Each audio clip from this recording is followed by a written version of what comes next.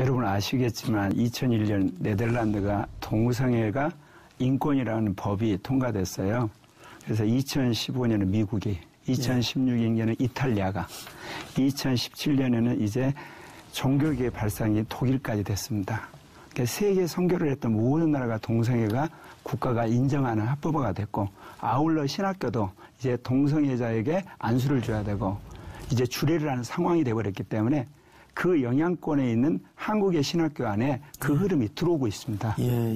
그것을 이제 경각심을 가지고 그걸 막아야 되기 때문에 저희 함현노회에서 전폭적으로 특별히 동성애 대책위원회를 만들어서 7명 위원들과 더불어서 지교회와 그리고 또 노회, 그다음에 총회 계속해서 빰뿌려 뿌리고 또 강연하고 그러고 있습니다.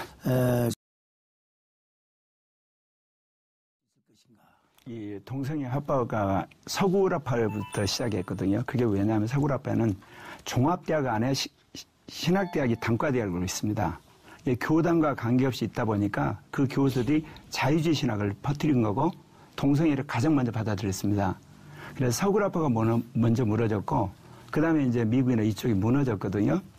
저는 이 신학교에서 동성애를 맞는 가장 핵심은 신학교 교수님들이라고 생각합니다. 그런데 교수님들에게 그냥 맡겨두면 안 됩니다. 이제 교단이 함께 해서 해야 되는데 특별히 한국은 다행히 이 교단 직속의 신학교들이 많습니다. 그래서 신학교 교수님들과 신학생들과 교단의 지도자들과 목회자들이 함께 이 신학교를 이제 한마디로 지키고 갱신하는 그런 식으로 가야만 이게 지키죠. 그 서구라파처럼 신학교를 이사장과 신학교와 학생의 공동체로 인식하는 식으로 놔두면 언젠가 서구라처럼 그렇게 되고 맙니다. 각 분야에서 민족적인 지도자가 나와야 된다는 겁니다. 예를 들면 지역 목회라는 목회자가 아니고 민족 목회하는 목회자. 그리고 신학을 해도 민족적인 어떤 신학을 하는 정말 모든 교파를 아우를 만한 그런 테이프를 걷는 민족적인 신학을 하는 신학자. 그리고 평신도들 가운데 단순히 한 지역교회 장로가 아니고 노예 정도가 아니고 민족을 아우르는 형태의 자기 분야의 민족적인 어떤 분야의 전문가. 그리고 선교를 해도 자기 선교단체에 매여서 그거를 확장지는 게 아니라 어떻게 하면 선교단체를 연합시킬까 하는 그런 형태의 민족적인 선교자들이 나오게 되면 그 지도자들 안에서 자연스럽게 연합이 된다는 거죠. 그러면 그 밑에 있는 모든 지도자나 평신도들은 자연스럽게 연합이 된다는 겁니다. 제가 신학이라든지 이런 목회라든지 운동이라든지 전문 분야를 쭉 보니까 놀랍게도 한국 교회 가운데 각 분야에서 민족적 지도자가 올라오고 있습니다.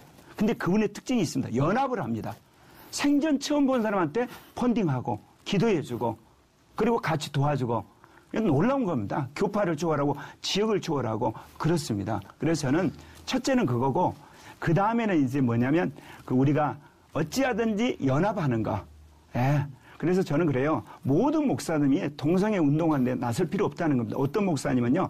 그 발언했더니 자기가 평생 있던 장로이고 집사님이 나가버리더래요. 정치 발언했다고.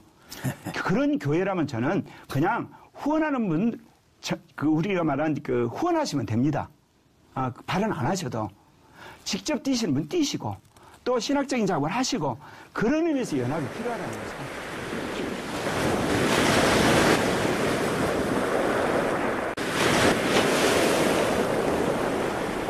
그리고 공산주의도 어떻게 보면 무력으로 공격을 받기 때문에 일사불란하게 이걸 싸웠는데 동성애는 인권으로 들어옵니다.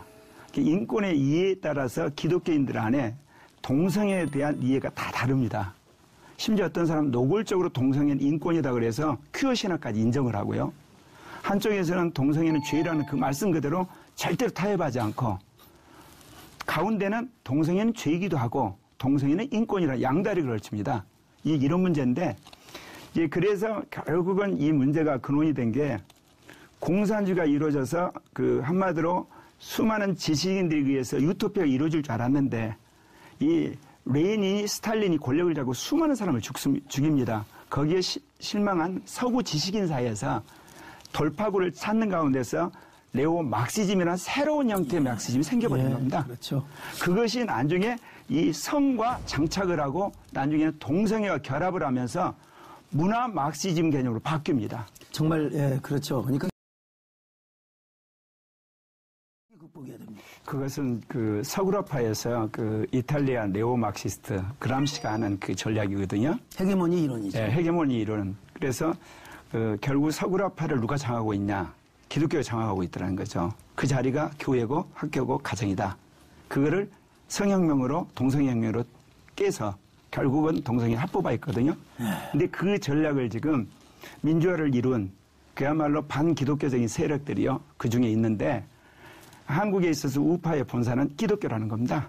그렇기 때문에 이거 동성애라는 걸 집어넣어서 강력하게 밀어넣는 겁니다. 그래서 학교, 그다음에 교회, 그다음에 신학교, 그다음에 이게 가정, 그다음에 이런 부분을 해서 계속 집요하게 앞으로 더 세게 올 겁니다. 그런 부분에서 우리가 이제 새로운 전략은 뭐냐면 우리도 다원화 전략으로 가야 됩니다. 교회가 이제는 지역 공동체가 아니고 모든 영역에 복음을 전해야 되고 근데 저는 앞으로 장기적으로 직장을 가진 목회자를 배출해야 된다고 저는 생각합니다. 모든 영역에 거기서 예를 들면 그리스도의 복음을 삶으로 증거하는 목회자가 있어야 되고 지역에서 또 모든 사람을 함께하는 그런 목회자가 있어서 함께해서 저들이 가지고 있는 다원화 전략을 현장에서 깨고 또 지역에서는 복음으로 사람들 묶고 그런 어떤 하는 걸 우리는 어떤 시각으로 기독교적인 세계관과 가치관을 가지고 한번 다시 설명해 주십시오. 이제 기독교가 패러다임을 바꿔야 될 때가 왔습니다. 그러니까 그 종교 공동체로서 순교적으로 복음을 전했던 시절에 313일 기독교가 공인되면서 2차 대전 때까지는 국가가 기독교를 도와줬어요. 자본주의 체제가 기독교를 실로 도와줘서 선교나 목회에 도움이 됐는데 이제 다원화 시대가 되면 거꾸로 국가가 인권이라는 차원에서 교회로 한마디로 압박을 가하고 자본주의 체제는 어떻게 보면 소비 대상이 되는 상황이거든요. 그렇다면 이제 교회가 모든 분야의 인물을 키우는 방식으로 가야 됩니다. 예를 들면 노조 지부장도 키워야 되고요.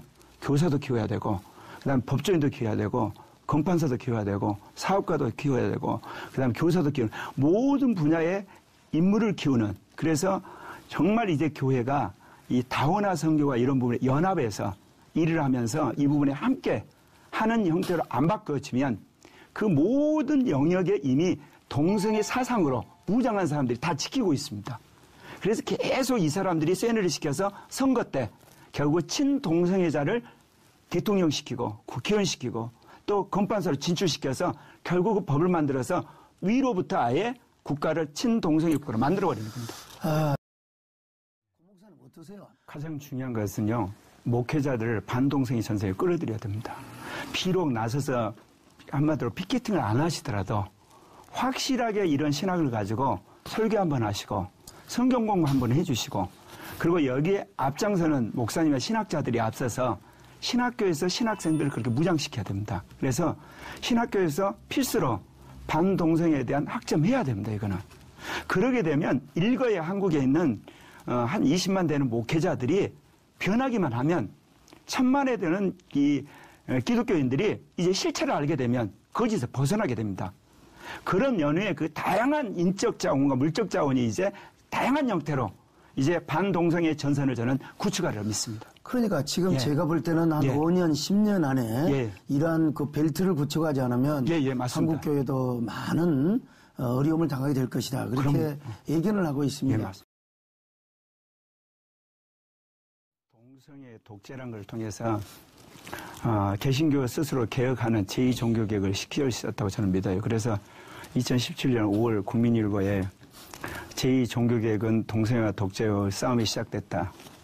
저는 개인적으로 그렇게 믿고 하는데 핵심이 뭐냐. 루터가 복음을 발견했거든요. 칼빈은 성경을 세웠는데 성령이 빠져버렸습니다. 그러면 성령 우리가 한마디로 무시한 건 아니에요. 그러나 이제는 복음을 믿은 사람이 성령을 확실하게 체험하고 성령 안에서 이제 말씀을 확실하게 자기 것으로 새겨서 새로운 변화된 사람이 되고 그리고 그런 안에서 이제 목회자들이 연합하고 교단이 연합하는, 특별히 이제 다원화된 시대에서 가장 중요한 거는 성경을 다양하게 해석하고 확실하게 해석해주는 성령의 인도하심이 굉장히 저는 중요하다고 생각합니다. 그래서 이제는 그야말로 문화적 창조 능력, 성령의 인도하심, 성경의 말씀, 삼위적 수단으로 확실하게 해서 다원화 시대에 맞는 다양한 분야의 사람을 우리가 지속적으로 키워낼 때 성령 안에서 연합이 되지 않느냐. 관건은 성령 안에서 연합이라고 생각합니다. 왜? 교리 갖고는 하나 될 수가 절대로 없습니다. 예, 그래서 교리는 인정해주고 성령 안에서 이 반동성애, 반공산주의, 반이슬람 같은 그런 것을 위해서 우리가 서로 사랑하고 연합하는 그런 새로운 성령의 교제, 교통함이 필요하지 않냐. 저는 그렇게 봅니다.